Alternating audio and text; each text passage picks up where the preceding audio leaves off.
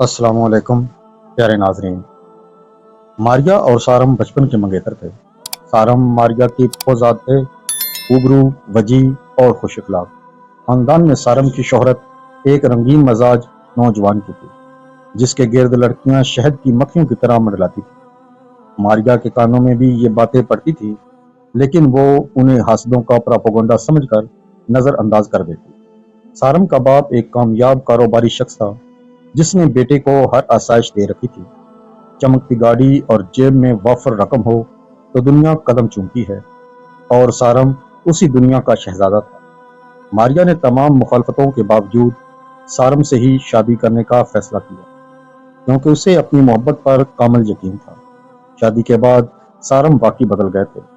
وہ ماریا کی محبت میں ایسے گرفتار ہوئے کہ جیسے پرانے سارے قصے محض کہانیاں بن گئے۔ وہ وقت پر گھر آتے، ماریا کا بے حد خیال کرتے اور ہر ہفتے اسے تفریح کے لیے لے جاتے۔ وہ اکثر ماریا سے کہتے، ماریا، تم میری زندگی کا آخری پڑاؤ ہو، اب تمہارے سوا کسی اور کا خیال بھی دل میں لانا میرے لیے کفر ہے۔ ماریا کا دل ان باتوں سے باغ باغ ہو جاتا۔ اسے لگتا کہ اس نے زمانے کو غلط ثابت کر دیا ہے۔ زندگی پرسکون گزر رہی تھی کہ پڑوس میں زویا نامی ایک عورت منتقل ہوئی۔ زویا جدید خیالات کی مالک، بے باک اور بلا کی ذہین تھی۔ اس کی باتوں میں ایک عجیب سا سحر تھا جو سننے والوں کو چونکا دیتا۔ ایک شام جب ماریا زویا کے سامنے اپنے شوہر کی وفاداری کے قصے سنا رہی تھی تو زویا تضحیک امیز لہجے میں ہنس پڑی۔ ماریا، تم مرد کی فطرت سے واقف نہیں ہو، زویا نے کافی کا سپ لیتے ہوئے کہا۔ مرد چاہے آگ کے شعلوں پر کھڑا ہو کر قسم کھائے، وہ اپنی جبلت سے مجبور ہے۔ تم جسے وفاداری سمجھ رہی ہو، وہ شاید صرف موقع نہ ملنا ہے۔ اسے آزما کر دیکھو، تمہارا سارا غرور مٹی میں مل جائے گا۔ ماریا تل ملا اٹھی۔ اس نے غصے میں آ کر زویا کو چیلنج کر دیا، میرا سارم کبھی بے وفا نہیں ہو سکتا۔ اگر تم اسے بے وفا ثابت کر دو تو میں اپنے گلے کا یہ ہیروں کا سیٹ تمہیں دے دوں۔ زویا کی آنکھوں میں ایک فاتحانہ چمک آ گئی۔ اس نے شرط قبول کر لی۔ زویا نے سارم کی آفس کا نمبر حاصل کیا اور کال ملا دی۔ ماریا قریبی بیٹھی یہ سب سن رہی تھی۔ زویا نے اپنی آواز میں لچک پیدا کرتے ہوئے سارم سے کہا کہ وہ ان کے دفتر میں ملازمت کی خواہشمند ہے۔ سارم نے پہلے تو پیشہ ورانہ انداز اپنایا، لیکن زویا کی باتوں کی چاشنی نے آہستہ آہستہ اپنا اثر دکھانا شروع کر دیا۔ کچھ ہی دنوں میں سارم اور اس کی زویا کے درمیان فون پر طویل گفتگو کا سلسلہ شروع ہو گیا۔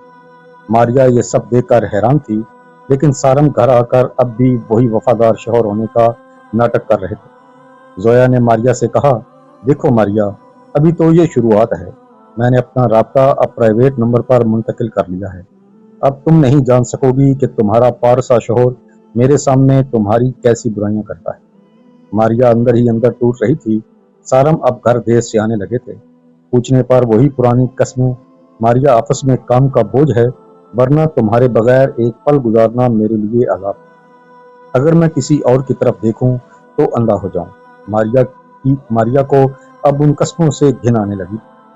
کھیل کو انجام تک پہنچانے کے لیے زویا نے سارم کو سیلما دیکھنے کی دعوت دی۔ ماریا کو زویا نے ہدایت دی کہ وہ برقع پہن کر سیلما آئے اور ان کے برابر والی سیٹ پر بیٹھ گئی۔ ماریا جو کبھی اکیلی گھر سے نہیں نکلی تھی، آج اپنے شوہر کی بے وفائی کا ثبوت لینے کے لیے ایک گمنام سائی کی طرح سیلما کے حال میں موجود تھی۔ فلم شروع ہوئی تو سارم اور زویا آ کر ماریا کے ساتھ والی سیٹوں پر بیٹھ گئے۔ تاریکی کا فائدہ اٹھاتے ہوئے سارم نے زویا کا ہاتھ تھام لیا اور دھیمی آواز میں بولے، زویا، تم نے مجھے دیوانہ کر دیا ہے۔ کاش تم مجھے پہلے ملی ہوتی، میں تو اس گھریلو عورت کے ساتھ زندگی گزار کر اکتا گیا ہوں۔ تمہارے ساتھ آ کر مجھے جینے کا احساس ہوا ہے۔ ماریا کے پیروں تلے سے زمین نکل گئی۔ جس شخص کے لیے اس نے دنیا سے جنگ لڑی تھی، وہ آج ایک اجنبی عورت کے سامنے اس کی تذلیل کر رہا تھا۔ جب انٹرول ہوا اور ہال کی روشنیاں جلیں تو زویا نے ایک ڈرامائی انداز میں ماریا کی طرف رخ کیا اور کہا، ارے ماریا، تم یہاں؟ سارم دیکھو، یہ میری بچپن کی سہیلی ماریا ہے۔ سارم کے چہرے کا رنگ پیلا پڑ گیا۔ وہ شخص جو ابھی محبت کے دعوے کر رہا تھا، اسے کاٹو تو خون نہیں۔ ماریا نے خاموشی سے اپنا نقاب الٹا۔ اس کی آنکھوں سے بہتے آنسو سارم کے جھوٹے کردار پر ماتم کر رہے تھے۔ اس لمحے سارم کو محسوس ہوا کہ وہ مٹی کا وہ ڈھیر ہے جو ایک ہی جھٹکے میں بکھر گیا ہے۔ ماریا خاموشی سے سیلما سے باہر نکل آئی اور رات اس کے لیے قیامت سے کم نہ تھی۔ ہیروں کا سیٹ تو اس نے شرط کے مطابق زویا کو دے دیا، لیکن جو یقین اس نے ہارا تھا اس کی قیمت کوئی جوہر نہیں چکا سکتا تھا۔ کئی مہینوں تک ماریا اور سارم کے درمیان خاموشی کی دیوار کھڑی رہی۔ معاملہ طلاق تک پہنچ گیا تھا، لیکن خاندان کے بڑوں اور بچوں کے معصوم چہروں نے ماریا کے قدم روک لی۔ سارم نے معافی مانگی، گر گڑایا، لیکن ماریا جانتی تھی کہ ٹوٹے ہوئے شیشے میں عکس کبھی صاف نہیں آتا۔ وہ ہیروں کا سیٹ تو زویا جیت گئی، مگر میں اپنا سکون ہار گئی۔ آج ہم ایک ہی گھر میں ہیں، مگر ہمارے درمیان اعتبار کی وہ دیوار گر چکی ہے جسے دوبارہ تعمیر کرنا ناممکن ہے۔ اس تلخ تجربے نے مجھے زندگی کا سب سے بڑا سبق دیا کہ محبت میں یقین کا ہونا لازمی ہے، لیکن اس یقین کو کبھی آزمائش کی اس دہلیز پر نہیں لانا چاہیے جہاں سے واپسی کا راستہ بند ہو جائے۔ بعض اوقات ہم سچ جاننے کی ضد میں وہ سب کچھ کھو دیتے ہیں جس کے سہارے ہم زندہ ہوتے ہیں۔ میں نے جان لیا کہ مرد کی فطرت کو بدلنے کا دعویٰ کرنا نادانی ہے، اور اپنے ہی ہاتھوں اپنے گھر کے سکون کو آزمائش کی آگ میں جھونک دینا حماقت۔ اب سارم کی قسمیں ہیں اور میرے کان، مگر ان کے درمیان موجود وہ مان ہمیشہ کے لیے دفن ہو چکا ہے۔ اگر یہ کہانی آپ کے دل کو چھو گئی ہو تو ویڈیو کو لائک کریں اور گولڈن وائس سٹوری کو سبسکرائب ضرور کریں۔ اپنا اور اپنے پیاروں کا خیال رکھیے گا۔ اگلی ویڈیو تک کے لیے اپنے میزبان کو اجازت دیں۔ اللہ حافظ۔